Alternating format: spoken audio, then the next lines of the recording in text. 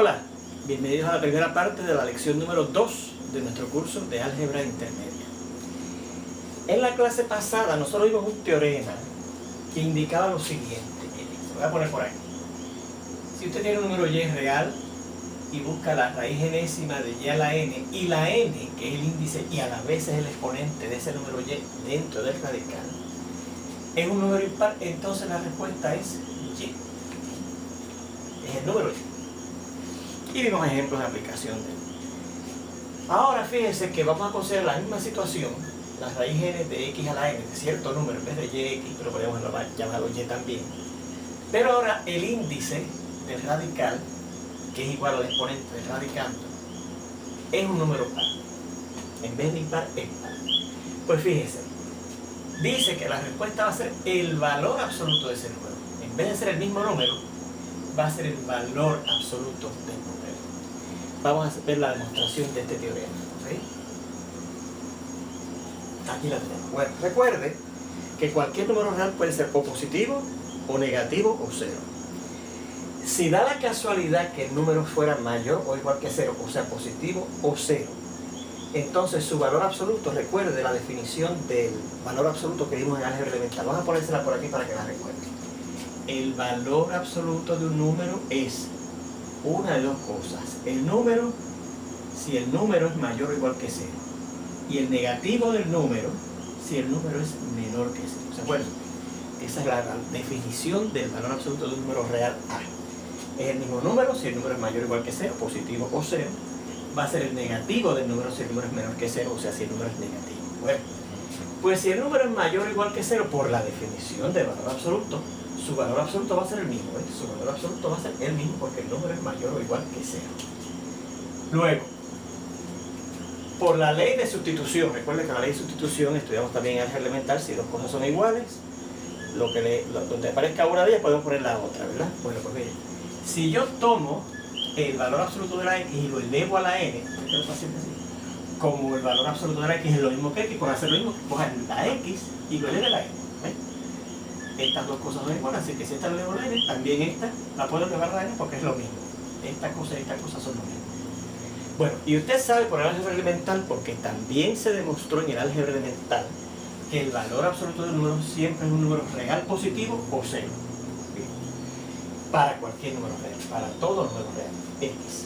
En consecuencia, por la definición de la enésima raíz principal par, la raíz n de este número será aquel número real positivo del cual si yo lo elevo a la n me da el radicando. Pues miren, yo alego que la raíz n de x a la n será el valor absoluto de la x, porque este número, al ser este número n un número par, es un número real positivo, mírenlo aquí, o cero, y además cuando yo lo elevo a la n, mire lo que da.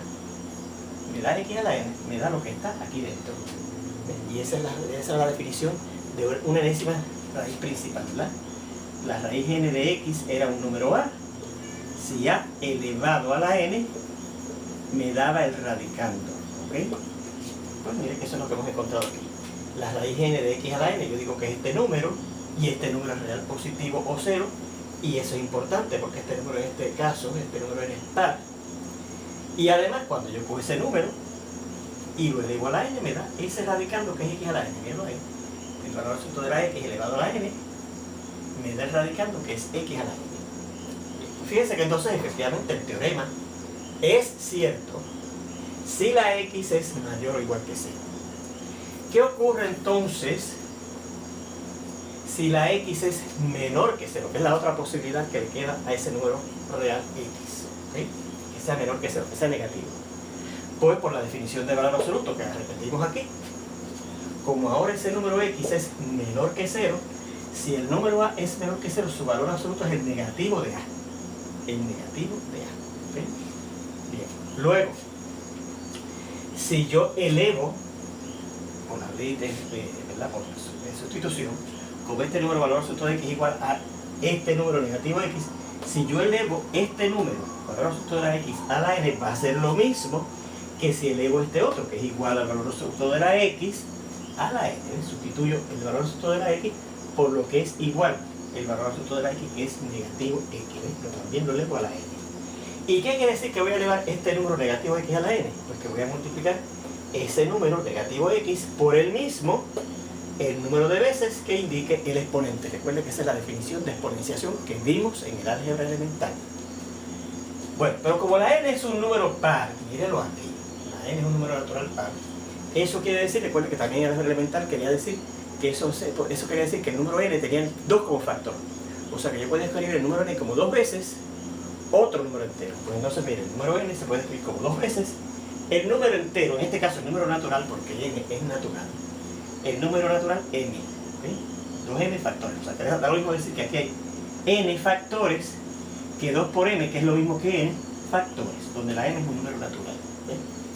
Bueno, pero entonces, fíjense que yo aquí tengo entonces 2n factores, que están multiplicando unos por otros. Por la ley asociativa de la multiplicación yo puedo agrupar como yo quiera. Pues mire, en particular voy a agrupar los primeros 2, los segundos 2, etcétera, hasta llegar a los últimos 2, ¿ok? Y eso es lo que hice aquí, ¿ven? Agrupé los primeros 2, agrupé los últimos 2 y hasta agrupar los últimos 2, ¿ven? Y entonces, ¿cuántos factores de este tipo hay? Pues mire, si yo con los primeros 4 factores, 1, 2, 3, 4, al agruparlos de esa manera, los 2 primeros y los 2 segundos, de estos tipos de factores aparecen entonces 2. En vez de 4, aparecen 2. Por lo tanto, si aquí originalmente habían 2m factores de este tipo, al yo agruparlos de 2 en 2, aquí me aparece la mitad de los factores que aparecen aquí. En vez de 2m, m factores, pero no individuales, sino de este tipo. ¿Ven? Cada uno contiene 2. ¿Ven? Porque se reduce, los agrupé de 2 en 2, así que se reduce a la mitad de factores. Entonces ahora cada uno conteniendo 2. ¿Ves? Que si usted multiplica la m por 2 factores que tiene cada uno, le salen los mismos 2n factores que habían originalmente sin haberlos agrupado. ¿Se fijan? Bueno, pero entonces, ¿qué da cada uno de estas multiplicaciones dentro de esos corchetes? Pues mire, negativo x por negativo x da la x al cuadrado, por una ley de signos de multiplicación que estudiamos en el álgebra elemental, ¿verdad? Y claro, x por x, x cuadrado. Por la misma razón, negativo x por negativo da x al cuadrado, etcétera, hasta el último pareja, que negativo x por negativo x da la x al cuadrado. Y aquí van a ver, como dice ahí, m factores ahora de este tipo x cuadrado, ¿verdad? Porque hay uno por cada uno, ¿ves? Y si aquí habían, de estos factores habían m factores, pues habrá también 1, 2, hasta llegar también al número m. Aquí también van a haber m factores. Déjenme borrar aquí la definición de valor absoluto, cosa de cuando esté copiando la demostración no se vaya a confundir con eso. Bien, pero entonces, como yo estoy multiplicando estos factores que son igualitos, x cuadrado por x cuadrado por x cuadrado, ¿cuántas veces? M veces, pues por la definición de exponenciación yo puedo escribir ese factor, que es igual en todos sitios, elevado a la n, porque se está multiplicando por el mismo m veces, ¿ven? M veces. Pero entonces, por una ley de exponentes que estudiamos en el álgebra elemental también, si usted tiene una base elevada a un exponente y encima de eso otro exponente, desea saber que usted escribía la base y los exponentes los multiplicaba, 2 por m, 2m, ¿ok? Finalmente, queda 2m. 2m era lo mismo que n, ¿verdad que sí? Así que en vez de decir x a la 2m, puedo escribir x a la n. Por lo tanto, como esta primera cosa que está aquí fue igual a esta segunda, y esta segunda fue igual a esta tercera, y esta tercera fue igual a esta cuarta, y esta cuarta fue igual a esta quinta cosa fue igual a esta sexta cosa fue igual a esta séptima cosa, esta séptima cosa fue igual a esta octava cosa, y esta octava cosa fue igual a esta novena cosa. Pues había una ley en álgebra elemental que usamos muchísimo, y ya de hecho la hemos usado aquí, que decía, si una primera cosa iba a una segunda, y la segunda a una tercera, etcétera, la primera va a ser igual a la última, aquí a la n, por la ley transitiva de la igualdad. Bueno, recordamos otra vez que el valor absoluto de un número es siempre un número real positivo o cero. En consecuencia, por la definición de enésima raíz par, principal par, porque la n en este caso es un número par, míralo aquí. Si yo busco la raíz enésima de este número, va a ser aquel número real positivo o cero, cuyo, con la propiedad de que cuando yo cojo ese número y lo eleve a la n, me sale lo que está aquí dentro, que es a la n, ¿ves? Y efectivamente, mira, lo vimos aquí, que ese número que está aquí afuera, el valor absoluto de la x, si yo le elevo a la n, ¿qué me sale? El radicando, que es x a la n. Así que fíjense que también esto ocurre, lo que dice el teorema, si el x es menor que 0. Así que fíjense que encontramos que eso ocurría si la x era mayor o igual que 0, y también ocurre si la x es menor que 0. Así que por eso es que para cualquier número real eso es cierto. ¿Okay? Les repetimos, si acaso fuera la raíz enésima de un número real x a la n y la n es impar, la contestación es el número x. Ahora, si usted tiene la misma situación, pero la n es un número par, la contestación no va a ser la x, sino el valor absoluto de la x. Ya ustedes ahorita, dentro de un ratito, cuando hagan ejemplos, por qué es que va a ser el valor absoluto de la x. ¿Okay? Muy bien. Vamos a ver entonces ejemplos, precisamente.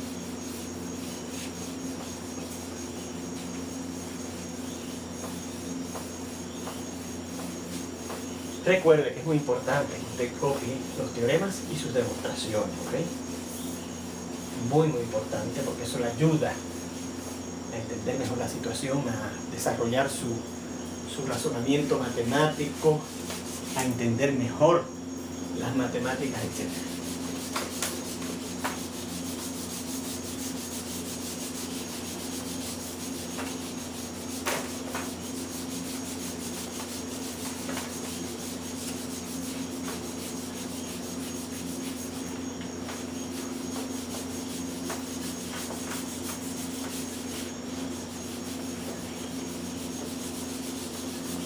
Vamos a ver estos ejemplos de aplicación. ¿Okay?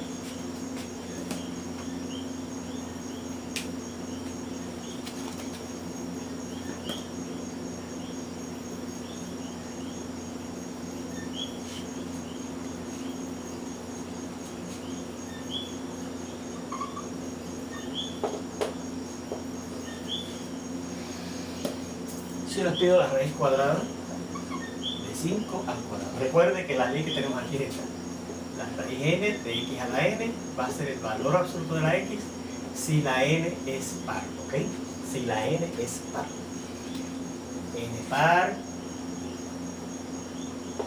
Y si es así, la raíz n de x a la n, la raíz enésima de x a la n, va a ser la misma x si la n es impar. ¿Ok? Estos ejemplos ya los vimos en la clase pasada. ¿Qué tenemos aquí ahora? Pues mire, tengo la raíz cuadrada de 5 al cuadrado. Fíjense que el exponente que tenemos aquí y el índice que tenemos aquí son iguales, 2. Pero es par. Por lo tanto, según este teorema, la contestación va a ser el valor absoluto de ese número que está aquí elevado a la n, de este número 5 que está aquí elevado a la 2. Así que el valor absoluto de 5. ¿Okay? Y usted sabe que el valor absoluto de 5, ¿cuánto es? 5. ¿Okay? Muy bien. Vamos a ver este otro. La raíz cuarta de negativo 8 a la 4. Bueno, fíjense que nuevamente tenemos una situación como esta. La raíz enésima de algo a la n, donde esa n es par. Y fíjense que aquí este 4 es par. Pues según el teorema, esto será el valor absoluto de negativo 8. ¿Verdad que sí? El valor absoluto de negativo 8. Y el valor absoluto de negativo 8, por lo que aprendimos en álgebra elemental, es el negativo de negativo 8, que es 8. ¿Okay? Fíjense en estos ejemplos adicionales. Si les pido la raíz cuadrada de c al cuadrado, la raíz cuadrada, y claro, hay que escribirla, el índice siempre cuadrado. Como el índice y el exponente de radicando son iguales, porque este 2 y aquí al no estar escrito es 2, pues aplicamos tal que es el valor absoluto de ese número c. El valor absoluto de ese número c. Fíjense este otro. Dice la raíz cuarta de d elevado a la 4. Bueno, pues será, según nuestro teorema, tenemos la raíz enésima de algo elevado a ese mismo exponente, y ese exponente y ese índice son pares, pues la contestación va a ser el valor absoluto de ese número que está ahí dentro, que es el número d. ¿Okay? Dicho sea de paso, como ahora yo no sé cuánto es c, ¿okay?, pues tengo que dejarlo expresado. Aquí yo sabía cuánto era el número que estaba aquí, era 5, y su valor absoluto es 5. Y aquí el valor absoluto de menos 8 es 8. Pero aquí, como yo no sé cuánto es c, pues tengo que dejarlo expresado, el valor absoluto de la c. Si tuviera la raíz octava de f a la 8, la respuesta va a ser el valor absoluto de f. Por la misma razón, tenemos la raíz enésima de algo elevado a la misma potencia que el índice, y el índice es par, 8 y 8. Pues, según el teorema, la respuesta va a ser el valor absoluto de ese número que está aquí dentro, elevándose a esa potencia. El valor absoluto de ese número f, que se está elevando aquí a la 8, igual que el índice, que es 8. Bien, ¿por qué será entonces que es importante usar ese valor absoluto cuando la n es par y no usarlo cuando la n es impar? Mira, aquí le puedo ayudar este ejemplito. Fíjense, si para yo resolver, fíjense que yo creo que en la clase pasada vimos este ejemplo. Miren, decía la raíz cúbica de negativo 6 al cubo. Pues como en este caso es la misma situación, ¿eh?, la raíz n de algo a la n, la raíz n de algo a la n, la raíz cúbica de algo al cubo, pero como aquí el índice y el exponente en vez de ser par es impar, aquí dice que la respuesta va a ser el número x. Así que aquí la respuesta va a ser el número negativo 6, que es el que se está elevando a la n dentro del radical, ¿eh? Ahora, fíjense que aquí, si yo hubiese usado ese mismo teorema, este de acá, si hubiese aplicado a este, la respuesta hubiese dicho que era menos 8. ¿Verdad que sí? Hubiese sido menos 8. Pero ¿qué pasa? Que la definición de raíz enésima par, ¿ok?, dice que tiene que ser un número real positivo o cero. Así que fíjense que si yo saco el menos 8, no estoy cumpliendo con la definición. Fíjense que en el caso de una raíz impar, la raíz principal puede ser positiva o puede ser negativa, y no hay problema. Pero en el caso de la raíz enésima par, tiene que ser la respuesta positiva o cero, no puede ser negativa. Así que para yo asegurarme que sale positiva, por eso es que le pongo el valor absoluto. Porque entonces el valor absoluto de negativo 8, si seguimos la definición de valor absoluto que escribimos ahí, como negativo 8 es menor que 0, negativo, va a ser el negativo de negativo 8, que es 8. Y ahora nos aseguramos que esa raíz de orden par sale positiva. ¿Okay? Bueno, pues con esto seguimos en la segunda parte de esta lección, ya mismito. Nos vemos entonces.